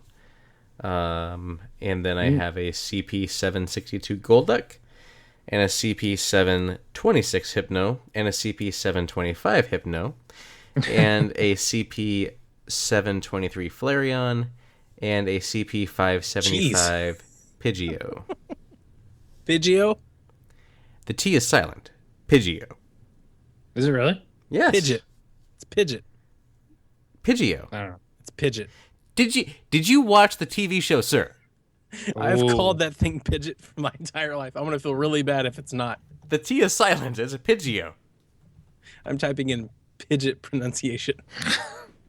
So, for me, I think my favorite one that I've caught so far, which is supposedly super rare as well. I do have a Tauros as well. I think I've caught 2 of those. But my favorite one that I've caught so far is Dragonite, which is apparently one of the more rare ones. And I just happened to have them randomly pop up, so I snagged them. That's really cool. Yeah. But my strongest one rather, is a Jolteon. I have is a 630 Jolteon. I have a Pidgeot going with Nathan's pronunciation at 554. Nope, I've got Pidgeot and Pidgeot. No Pidgeot. It's not silent. Yeah, but the show is canon, not Wikipedia. Going to YouTube. I do have a Jinx as well, which I haven't seen too many of those floating around either. But yeah, so for me, Jolteon's my strongest, but my favorite one I've caught so far is Dragonite, which I've only seen just that one time. But I also caught Charmander, or not caught, but I got Charmander as my first one, and I caught Squirtle. I like Squirtle, and I also caught a Meowth. Yeah, I kind of like those Pokemon too. I've only got one of those, and they're very low CP, but they're just like they're kind of fun to have around.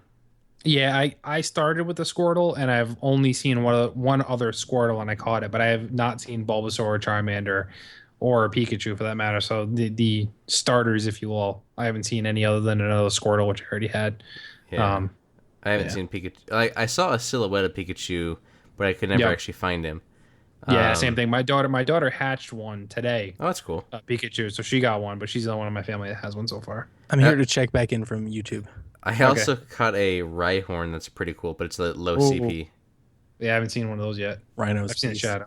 But anyway. So go ahead, Donnie. What do you got on YouTube? Pidgeot from the cartoon animated series that you consider canon. Ooh. There is a famous YouTube video. It's got a bajillion views, and it's called Charizard versus Pidgeot. I I still want to keep saying Pidgeot because I swear I've heard it referred to as Pidgeot.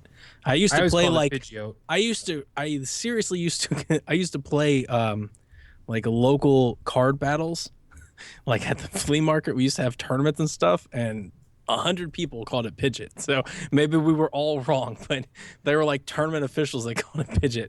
But either way, y'all playing down south, and you got y'all them playing Pidgeots. down south. But in this cartoon, Charizard versus Pidgeot, the trainer says, "Go Pidgeot." Okay. All right. So we'll leave it at that then. So let's put a number on it. So I guess we'll all give our own numbers and then average it out for the site score. Is that how you want to do it, Donnie? Yeah, that's what we do. Okay. Nathan, number. What would you give it?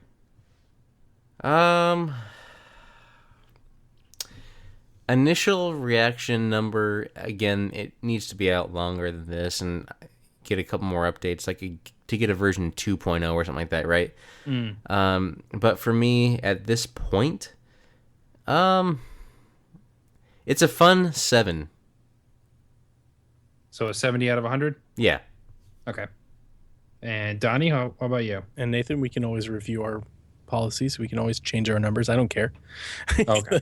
I just know we have a 1 to 100 scale. I didn't know you could We do change have it. and I'm actually right there with you, Nathan. I think it's a 7. It's not amazing. It's not revolutionary or anything like that. And it's got its pros and its weaknesses, but it is a fun game. 70 out of 100.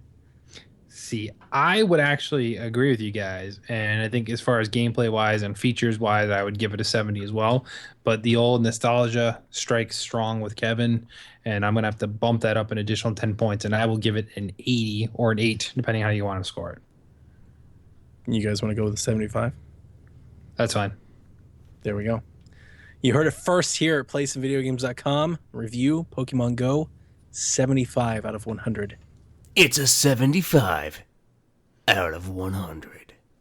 This is a little Casey-ish review. This one goes out to you, Pidgeot.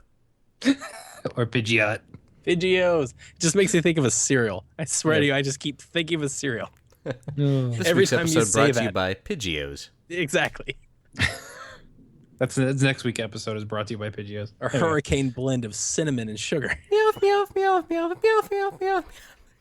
Oh, Nathan, I think we got a project for you and I. We need to make some Pokemon commercials for endorsements. All right. So that wraps up our Pokemon review, which was the main portion of tonight's episode. So then, guys, I don't know about you, but I think it's time for some news. This week in Play Some Video Game News.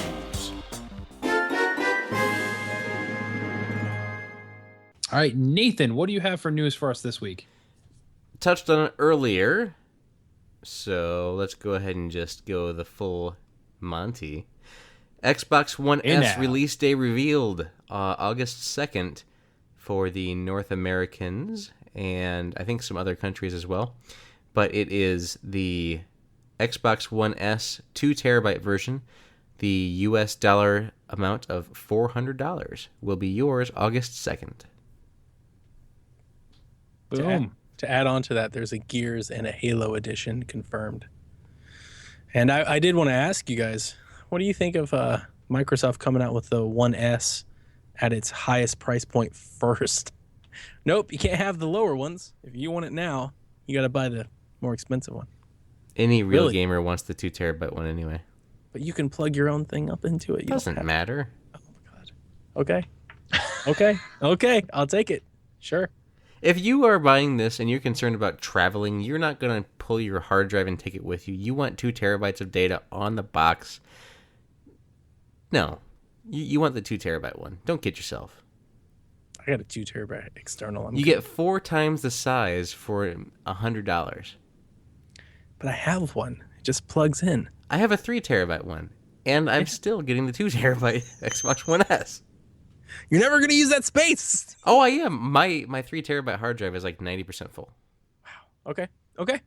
Good. You answered my problem. My question. It's a lot of backlog right there. It is. All right, so Donnie, what do you got? Animal Crossing New Leaf, the game from 4 years ago, is getting updated to include Amiibo. I have no idea what Nintendo's doing, but I'm really happy they're doing it. I really wish they did, and I'm hoping that we have a Nintendo Direct soon where they elaborate, because all we got was a tweet from Isabel on the North American Twitter and a tweet from Animal Crossing on Japan Twitter that more or less just showed that if you scan an amiibo, the amiibo that you scan will show up. So if you scan an Animal Crossing amiibo, somebody will appear in your town, and I guess they'll move there or something. I don't know. They didn't elaborate. They also have a screenshot that makes it appear that if you scan amiibo from other series, the one mentioned or pictured was Splatoon, that you might be given access to some Splatoon patterns. I hope they're better than Splatoon patterns that I've already downloaded via code. But I do think it's interesting. I think it's cool that they are giving some DLC to a great game that I'm fairly certain exceeded their expectations. Animal Crossing New Leaf was a hit, way bigger of a hit than they could have ever anticipated when it came out. And it deserves some extra support. And if they're not going to launch new hardware formally, I know we have the NES Classic, but formal new hardware this fall, then you know what? Give us a reason to boot up some old games, and this is definitely a reason. I love my amiibo. I like every time that it's supported. One thing, Kevin, we didn't mention on Metroid Prime Blast Ball supports most amiibo. I scanned them all in, and I got a bunch of different skins for my mech and everything. Pretty neat. So I'm down for that. I think it's exciting. I'm excited to play more Animal Crossing. Anything to make me want to go boot that game up again, I'm a for. It's a fun game. I agree. I can't wait to see what actually comes to it. If we can move these amiibo characters into the town, it'd be awesome, because, you know, some of them are characters that you normally can't have in the game live in your town, like, you know, KK Slider or, you know, stuff like that. So it'd be cool to see what they do, and hopefully they elaborate more on that soon, because I am excited for that as well. So, Nathan, back to you. Well, we talked about this before. With Rocket League, they have figured out a way to make Xbox One, PlayStation 4, PC complete cross-play of reality, and all they're waiting on is for Sony to give it the green light. Obviously, there's a lot of discussions and political machinations that have to go along with, you know, the big machine that is Sony to make this happen, but Microsoft's on board. The developer of Rocket League has gotten this created and figured out. I think it's Psyonix created them, and it's good to go. And to add to that, the CD Projekt Red, the developers of The Witcher for Gwent, they would like to do cross-play compatibility too. So I think this is going to be a thing for these smaller games to begin with, and then we may see this be a reality in the future for other games. Basically, Rocket League doing this is opening the door, setting a precedent, paving the way, if you will, for in 2 to 3 years down the road, we'll be able to have Call of Duty crossplay, you know, something like that. Really break down those barriers, let you play with your friends wherever they're at. And that's really what I'm about as a gamer anyway, just to be inclusive, let everybody play whatever they want. I would love to play with Kyle a lot more with PlayStation folks, but I just really love the Xbox One controller. So, I mean, that's where I play because of that controller.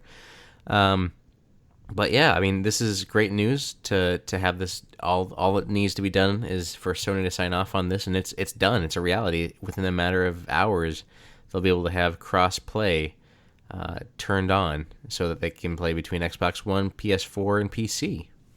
I think more importantly than the exclusivity is it's going to really support and boon and boost third-party games that are multiplayer-centric, like The Division, like Rocket League. I think any game coming out like that can really, really benefit from having multiple pools of players to play from, as opposed to having to split it between the two. Just like I keep trying to think of the game. What's the game that's going free to play? We talked about last week. The Alien game. Evolve. Thank you. Evolve Stage 2. I kept thinking Stage 2, and I couldn't think of the first term. Evolve Stage 2. It fell off because it didn't have a player base. So did the first Titanfall 2. Maybe those games have a different outcome if you double the user base. I think it's funny that, you have these power players in the gaming industry, your EAs, your Ubisofts, and stuff like that. And then you have the major, hardware producers, your Nintendo, your Sony, and your Xbox, Microsoft. And it took a third-party indie developer to finally say, you know what, we're just going to make it happen, and then we're holding you guys accountable that if it doesn't come to terms, that it's on you. because always they're like, oh, we don't know how we'd be able to make this work. And it took this tiny team. I mean, I think this game was developed by what, like 12 people or something was the initial Rocket League team, a very small group of people. And they figured it out, and now they're just saying like, okay, well, we figured it out. So if you want us to turn it on, Microsoft, just let us know. And now they're doing the same thing to Sony effectively, so that if whatever happens, if this doesn't come to terms, it's not the technology's fault anymore. There's no more excuses other than Sony doesn't want to let it happen at this point. So be interesting to see what it goes, what it comes to, and then when where it ends up down the line. I'd love to be able to see cross-platform across everything for all games. Be great. So Donnie, back to you. Rise of the Tomb Raider 20-year celebration edition was announced for Xbox One, PC, and most importantly, PlayStation 4. The users that didn't get a chance to play the game when it came out last year, the celebration edition includes a VR mission that lets you explore Lara Croft's home. It's a very Gone Home-like experience from what I've read. There's also a new mission called Blood Ties that lets you protect the manor from the undead, so kind of like a horde mode, I guess. And there's also an endurance mode, co-op mode, an online co-op mode where you and a companion survive in the wilderness. You survive for food and shelter until you can get rescued, and you kind of have to do the risk reward.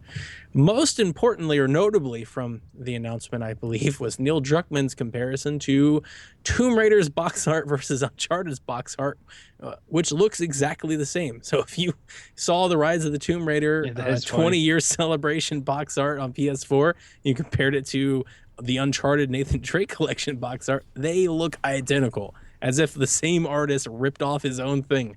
One's blue, one's this beige, but it's both title of the game, a silhouette of the character behind it, game of the year seal in the top right corner, mature team rating in the bottom left-hand corner, and that's it. Like, they look almost identical, which I thought was funny. His tweet read, first Melania Trump and now this.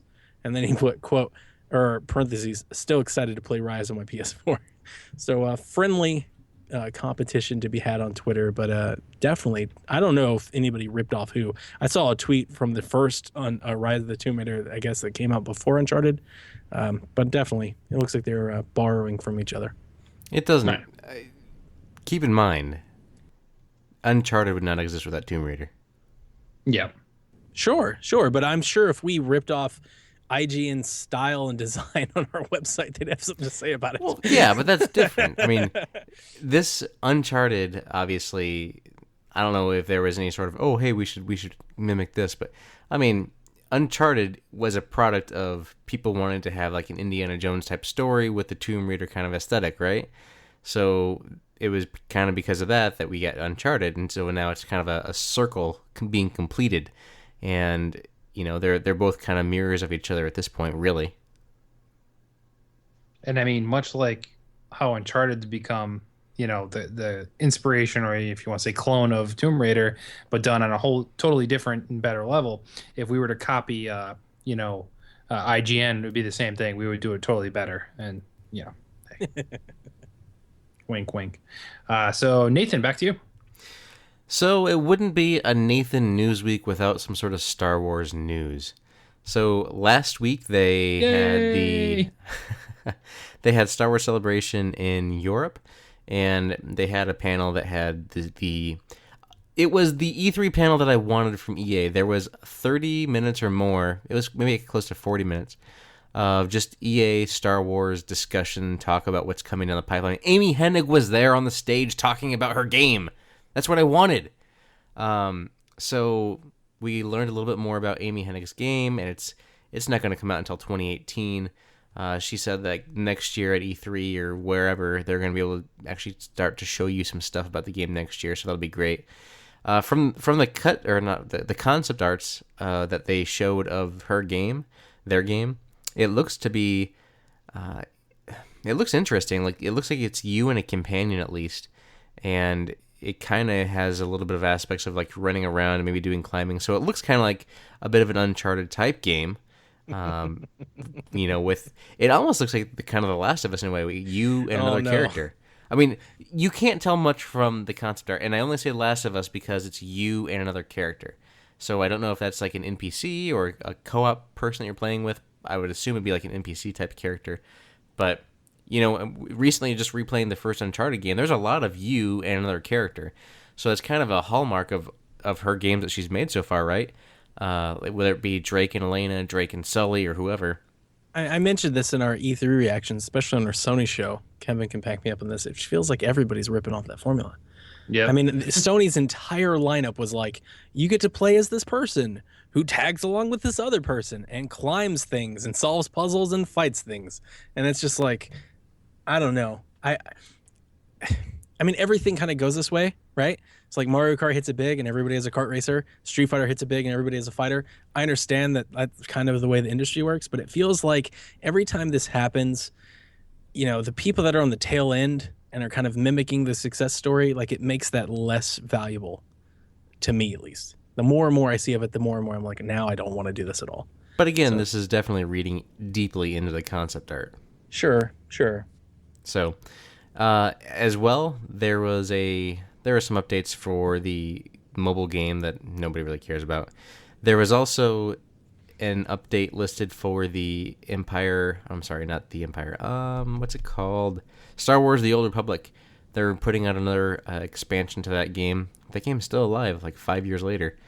And they are also They released that the next expansion pack for Star Wars Battlefront will indeed be the Death Star. They had a little bit of a trailer with that, with you flying around the Death Star in an X-Wing.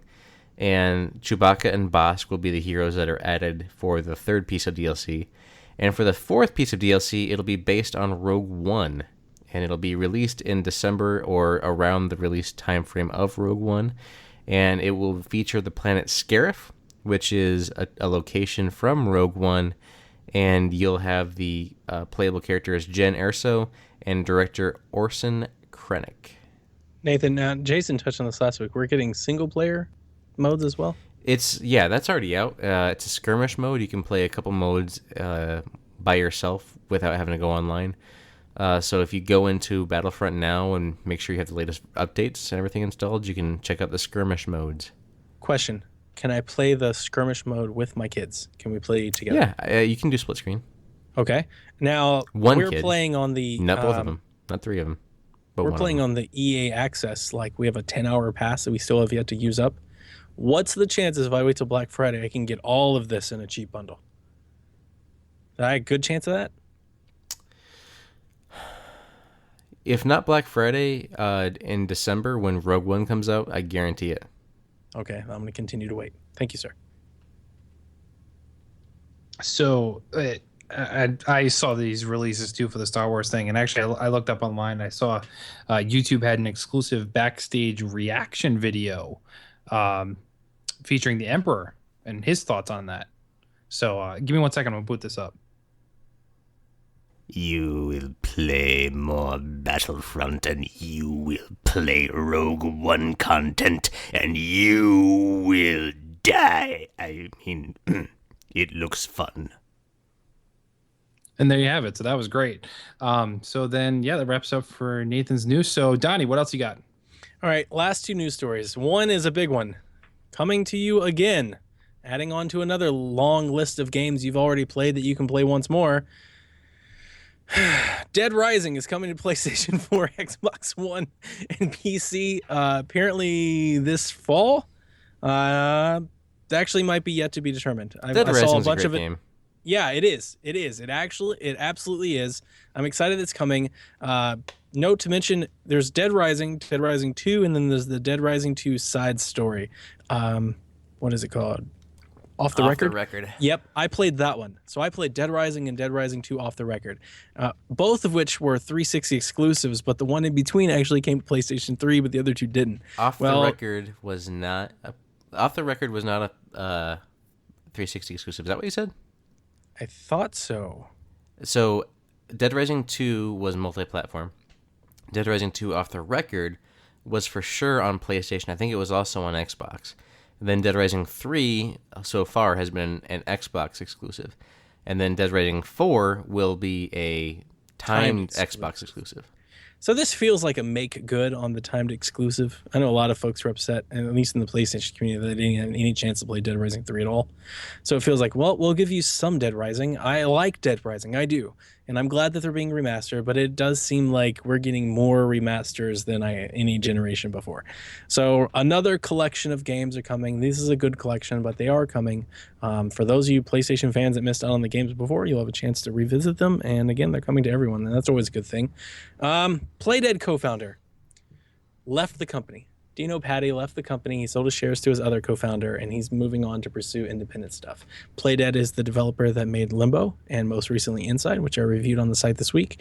And I love both the games, and I have no idea if this means anything or changes to any of their formula going forward, but I thought it was worth mentioning. So it looks like he's going to stay in the industry. He's going independent. He's going to do his own thing, so wish the best of luck to him.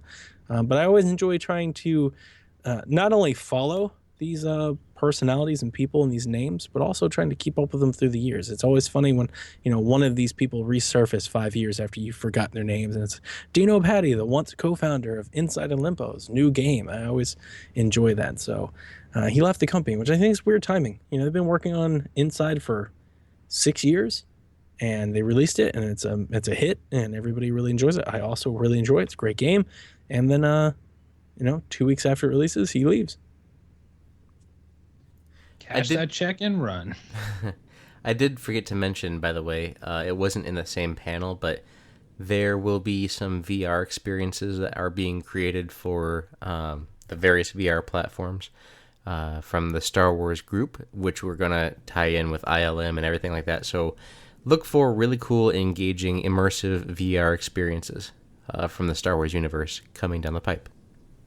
There you go. And the last bit of news that's actually breaking within the last couple hours since we started recording, Sega did their live Twitch stream surrounding Sonic's 25th anniversary, and they kind of uneventfully announced a new Sonic game where basically it's a remaster of some old courses as well as some new ones thrown in. And it's a classic 2D first off, so it looks very much like the Genesis games. It doesn't look like it's been modernized really, so I think they're just trying to do a throwback type thing, but you can play as Sonic, Tails, or Knuckles. So bringing you back to the days of Genesis, and that is coming out in spring of 2017 to your PC, your Xbox One, and your PS4, snubbing the Nintendo consoles, which is odd, but they probably will announce something for them later on, just a separate deal probably. NX going to give it to you. Based on our previous kind of conversations, I can't hate this news. I told Nathan, I just kind of want Sonic to be Sonic again because what they've been doing to Sonic the last 10 years is terrible. So you know what? Just make a Genesis game. Let's start over. Start over and let's see if they can work their way up from there. Let's go Genesis, 64, GameCube.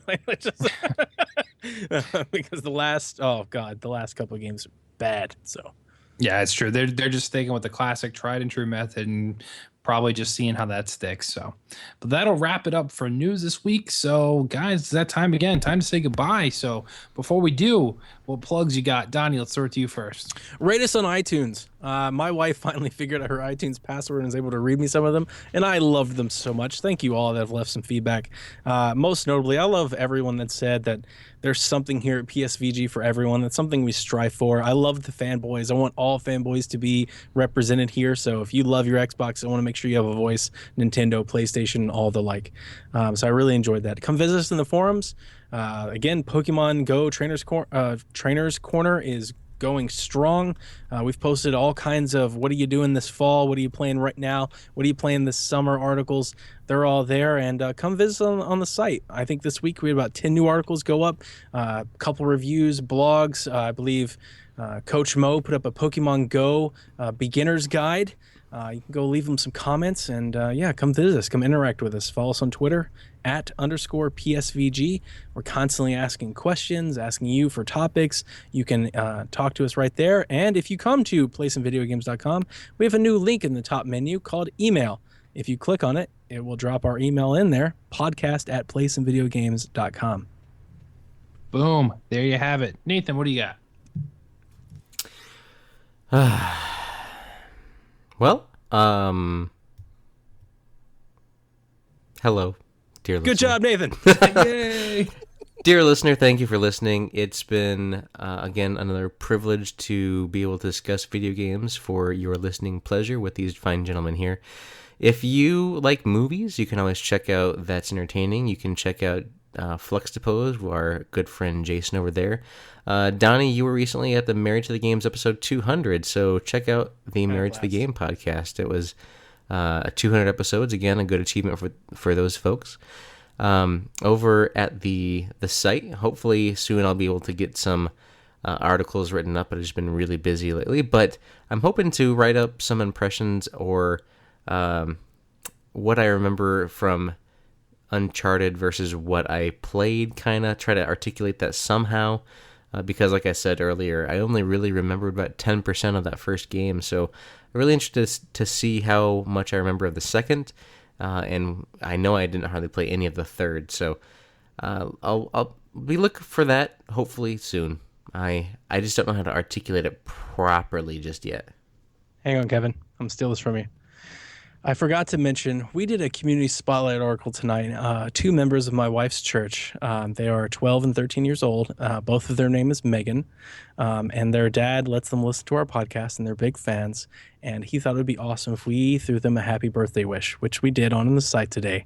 They are young, aspiring YouTubers and gamers. They build all kinds of Minecraft creations way bigger than anything me or my son have done.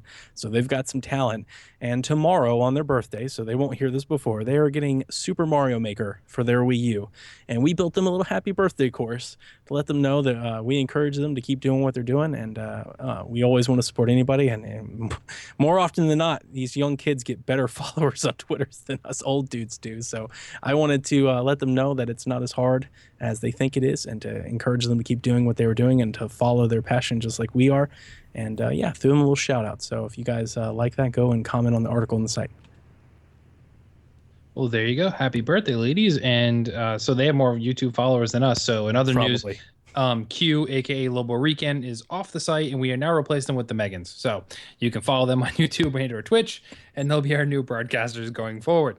You guys kind of covered everything else. Just make sure you follow us on @_PSVG on Twitter, so you can tweet with us. We send out a little alert every time an article is posted or an episode drops, as well as kind of retweeting some other video game culture news out there for you. So as always, thank you for listening. We do it for you, and we love that feedback. So keep it coming in, positive or negative. Knock on wood. Luckily, it's been pretty much all, if not mostly, positive. So thank you. And as always, never stop gaming.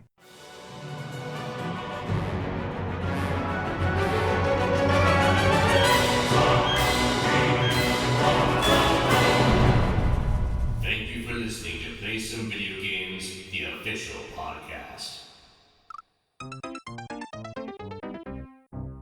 The other thing is, like, my wife tells me all the time, she's like, you need to talk right into the mic, like right on it. And then I look at YouTube videos, and they're like, you need to talk at a reasonable distance, like 8 inches away from the microphone. Yep.